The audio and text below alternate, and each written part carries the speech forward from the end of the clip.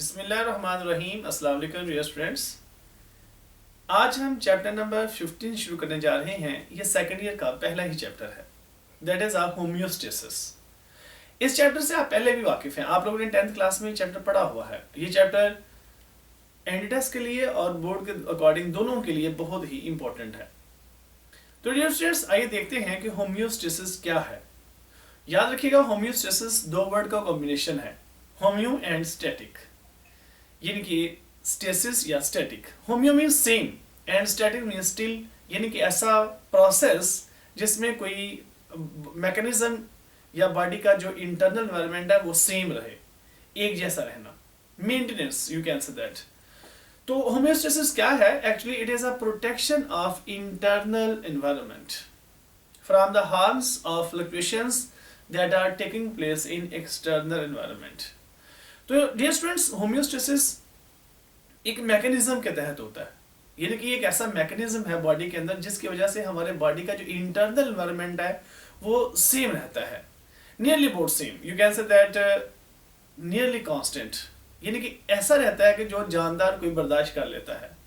यानी कि आप देखते हैं कि बाहर वाले एनवायरनमेंट के अंदर, हमारे सराउंडिंग में, एटमॉस्फेयर के अंदर बेशुमार चेंजेस आ रही हैं, टेम्परेचर में चेंज आ रही है, आप देखते हैं ह्यूमिडिटी में चेंज आती है और भी बेशुमार चेंजेस आती हैं, लेकिन इन तमाम चेंजेस के बावजूद बॉडी का जो इंटरनल एनवायरनमेंट है वो सेम रह रहा है। तो इसका सेम रहना इंटरनल एनवायरनमेंट का, यही क्या है? होमियोस्टेसिस। तो हम क्या कहते हैं? होमियोस्टेसिस एक्चुअली इंटरनल एनवायरनमेंट की हिफाजत है, प्रोटेक्शन है। कहाँ से प्रोटेक्शन है? वो जो चेंजेस, वो फ्लक्चुएशंस जो एक्सटर्नल एनवायरनमेंट में हो रही हैं उनसे। तो ये कैसे पॉसिबल है? तो जानदारों की बॉडी के अंदर एक सेट पॉइंट लगे हुए हैं। हर जानदार की बॉडी में ये एक मखसूस सेट पॉइंट है जिसके अकॉर्डिंग उनके बॉडी ने रहना है। यानी कि हर बॉडी के अंदर आप कह सकते हैं कि मखसूस कंडीशंस हैं, उन्हीं कंडीशन को उस जानदार ने क्या रखना है? बरकरार रखना है। और उस सेट पॉइंट को मेंटेन करने के लिए हर जानदार की बॉडी में एक कंट्रोल सिस्टम बना हुआ है। वो कंट्रोल सिस्टम ही एक्चुअली हमारे बॉडी को, जानदार की बॉडी को कंट्रोल कर रहा है, उनकी बॉडी के प्रोसेसेस को कंट्रोल करता है। और याद रखिएगा स्टूडेंट्स, इसी को फीडबैक मैकेनिज्म कहते हैं। फीडबैक मैकेनिज्म क्या है? फीडबैक मैकेनिज्म एक ऐसा, ये जो होमियोस्टेसिस है ये भी तो एक मैकेनिज्म, ये फीडबैक मैकेनिज्म है। एक ऐसा मैकेनिज्म जो एनवायरनमेंट में होने वाली तब्दीलियों को डिटेक्ट करता है और फिर उनको प्रोसेस करता है, फिर उनके अकॉर्डिंग रिस्पॉन्स शो करता है।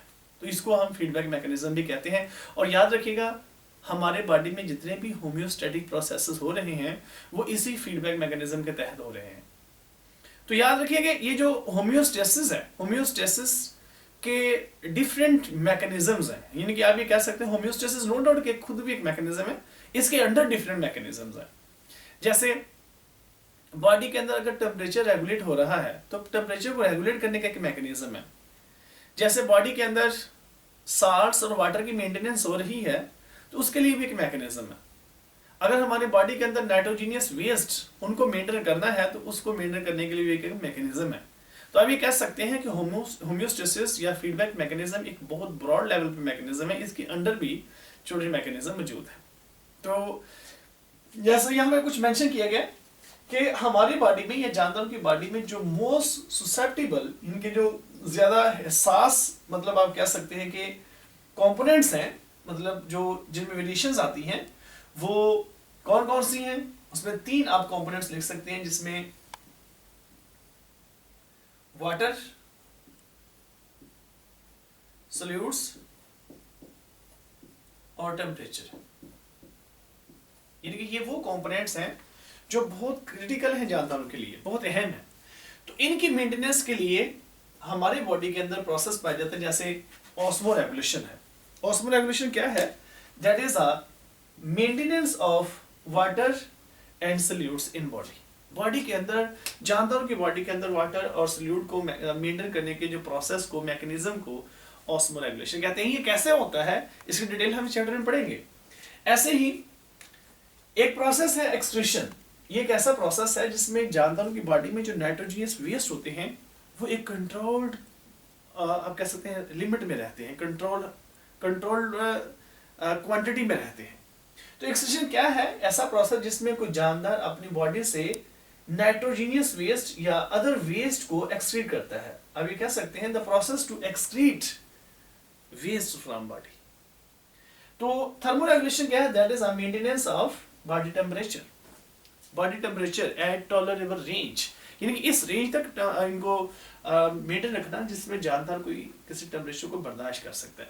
तो आप ये कह सकते हैं ये वो बेसिक मैकेनिज्म्स हैं जो हमारी बॉडी के अंदर कंडीशंस को मेंटेन करने में हेल्प करते हैं, यानी कि होमियोस्टेसिस में इन्वॉल्व होते हैं।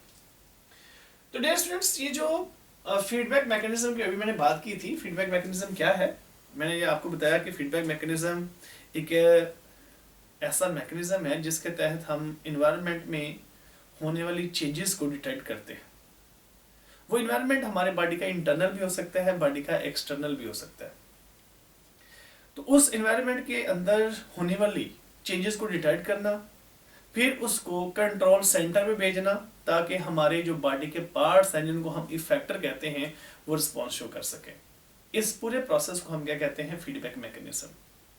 तो हमारे बॉडी में जितना भी प्रोसेसेस हो रहे हैं वो इसी मैकेनिज्म के तहत हो रहे हैं, यानी कि इवन आप ये कह सकते हैं कि जो होम्योस्टेटिक कंडीशंस है वो भी फीडबैक मैकेनिज्म के अंडर ही है। तो ये देखते हैं फीडबैक मैकेनिज्म हमारे बॉडी में दो तरह का हो रहा है।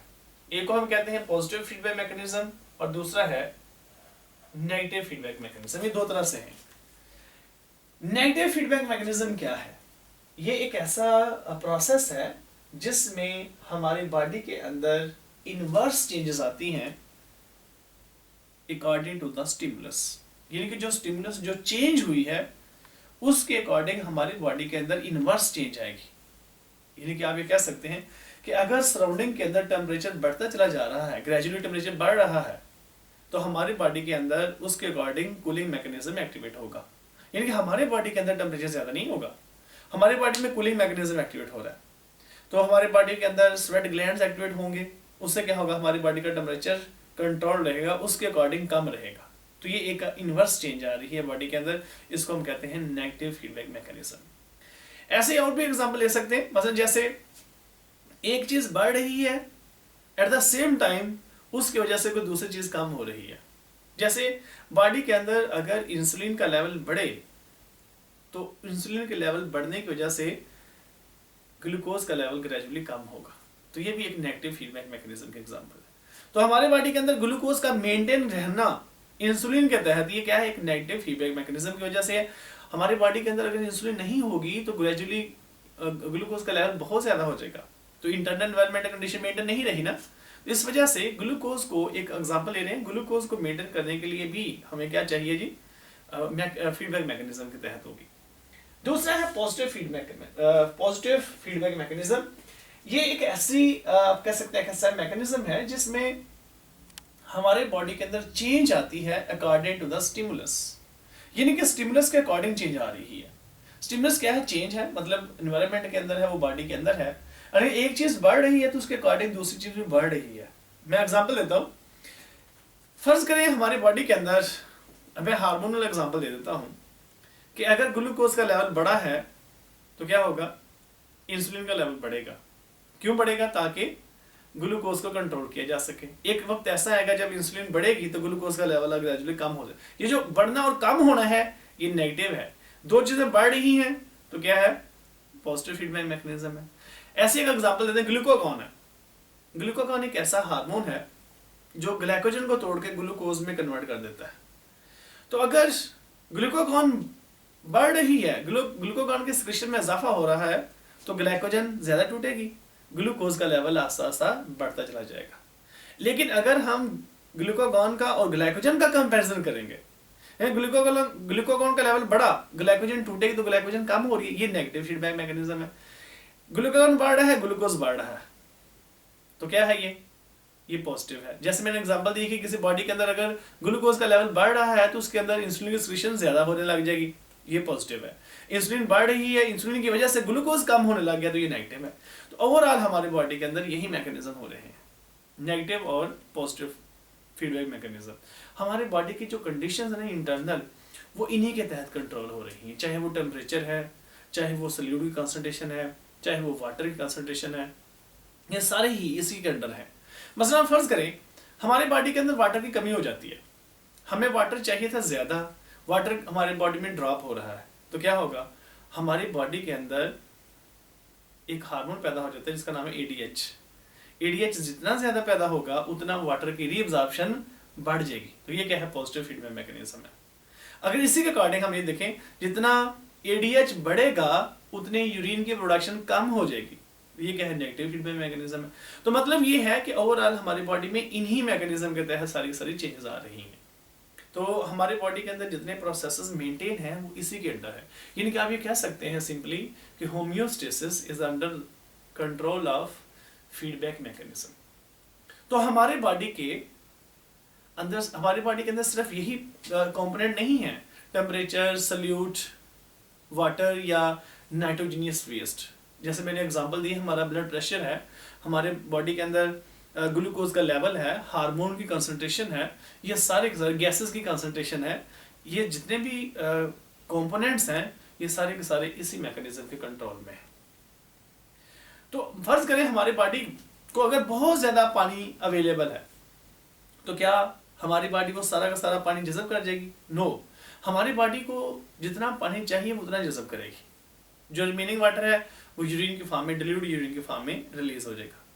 अगर हमारे बॉडी में डिहाइड्रेशन हो जाती है तो क्या होगा, हमारे बॉडी में वाटर की कमी है तो क्या होगा, बॉडी कोलैप्स हो जाएगी? नहीं, बॉडी के अंदर वाटर कंजर्व हो जाएगा और यूरिन की प्रोडक्शन बहुत कम हो जाएगी। और ये दूसरे अगर रेफरेंस से देखा जाए तो इसकी बहुत ज़्यादा इंपॉर्टेंस भी है। मसलन कुछ एक्सट्रीम एनवायरमेंटल कंडीशन होती हैं जहाँ पे जानदारों को वाटर बहुत कम चाहिए। मसलन एक ऐसा प्लांट है जो डेजर्ट कंडीशन में पाया जा रहा है, डेजर्ट में पाया जा रहा है, या एक ऐसा एनिमल है जिनको पानी बहुत कम चाहिए, तो अगर उसको पानी ज़्यादा मिलेगा तो क्या करेगा, वो वाटर को उतना ही कंज्यूम करेगा जितना उसको चाहिए। मतलब ये है कि एक्सट्रीम कंडीशन के अंदर भी फीडबैक मैकेनिज्म की बहुत इंपॉर्टेंस है। ठीक हो गया? अच्छा, तो ये जो फीडबैक मैकेनिज्म है ये किसके कंट्रोल में, ये किसके कंट्रोल में है, ये भी किसके कंट्रोल में है? आइए देखते हैं। फीडबैक मैकेनिज्म को कंट्रोल करने के लिए 3 कंपोनेंट्स हैं। ठीक हो गया जी? हमारे कंट्रोल सिस्टम के 3 कंपोनेंट्स हैं।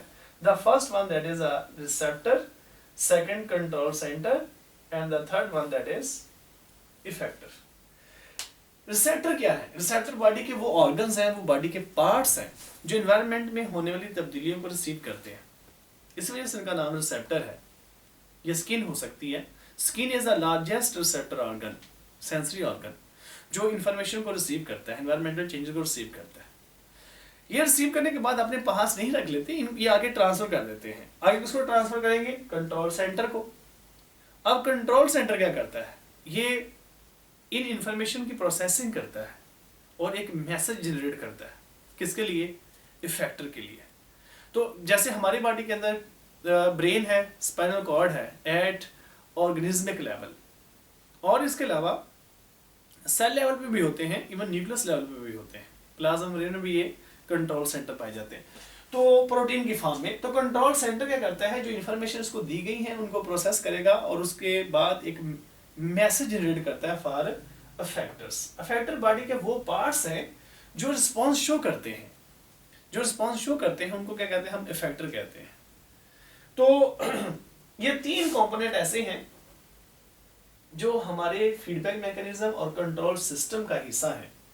याद रखिएगा स्टूडेंट्स कि हमारा जो लिविंग सिस्टम है ये फिजिकल कंट्रोल सिस्टम के अकॉर्डिंग ही चलता है तकरीबन।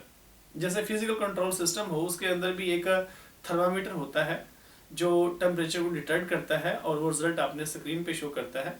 उसके अकॉर्डिंग जो सेट पॉइंट होता है उसके अकॉर्डिंग टेम्परेचर जो ना वो रेगुलेट रहता है। अगर टेम्परेचर कम हो रहा है तो वार्म मैकेनिज्म एक्टिवेट होगा, अगर टेम्परेचर ज़्यादा हो रहा है तो कूलिंग मैकेनिज्म एक्टिवेट होगा।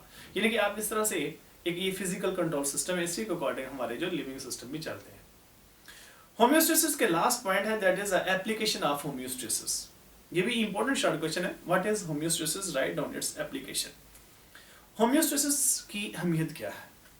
Homeostasis is very necessary, essential for survival of living organism in continuously changing environment. You know, हमारा जो सराउंडिंग है ना, ये सराउंडिंग जो एनवायरनमेंट है ये मुसलसल तौर पर चेंज होता रहता है तो हमारी बॉडी उसके अकॉर्डिंग चेंज नहीं होती। इसी वजह से तो हम चेंजिंग एनवायरनमेंट के अंदर सर्वाइव कर लेते हैं, जानदार सब चेंजिंग एनवायरनमेंट के अंदर सर्वाइव कर लेता है। तो इसका मतलब ये हुआ कि होम्योस्टेसिस किसी भी जानदार के सर्वाइवल के लिए बहुत ज़रूरी है। दूसरा, अगर हम ग्रेजुअली अपनी बॉडी के अंदर कंडीशन को मेंटेन रखते हैं या मेंटेन रखने की कोशिश करते जाते हैं, तो ग्रेजुअली हमारी बॉडी के अंदर स्टेबिलिटी आती है, और ये एक आप कह सकते हैं कि एवोल्यूशनरी पॉइंट ऑफ व्यू की तरफ चलता है। मतलब एक एनवायरनमेंट है जहाँ पे हम किसी ऐसे एनिमल को एडजस्ट कर देते हैं जो उस एनवायरनमेंट के जो उस एनवायरनमेंट का एनिमल नहीं है, तो क्या होगा, वो एनिमल क्या करेगा, अपनी बॉडी के अंदर चेंजेस लेके आएगा उस एनवायरनमेंट को अडेप्ट करने के लिए।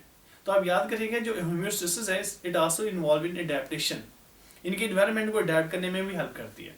क्योंकि एनिमल ने क्या करना है, अपने इंटरनल एनवायरनमेंट को कांस्टेंट रखने की कोशिश करनी। जब कांस्टेंट रखेगा तो उसकी बॉडी के अंदर चेंजेस आने शुरू हो जाएंगे, वो उस एनवायरनमेंट को एडजस्ट करना शुरू कर देगा। तो ग्रेजुअली क्या होगा, with the passage of time उस एनिमल के अंदर एवोल्यूशनरी प्रोसेस शुरू हो जाता है। तो याद रखिएगा, एक तो ये सर्वाइवल के लिए ज़रूरी है, किसी एनवायरनमेंट को अडेप्ट करने के लिए ज़रूरी है, and it also involves in evolutionary processes. तो यहाँ पे स्टूडेंट्स को हम वाइंड अप करते हैं। नेक्स्ट इंशाल्लाह इसका नेक्स्ट लेक्चर हम डिस्कस करेंगे। अपना बहुत ख्याल रखिएगा। अल्लाह हाफिज़।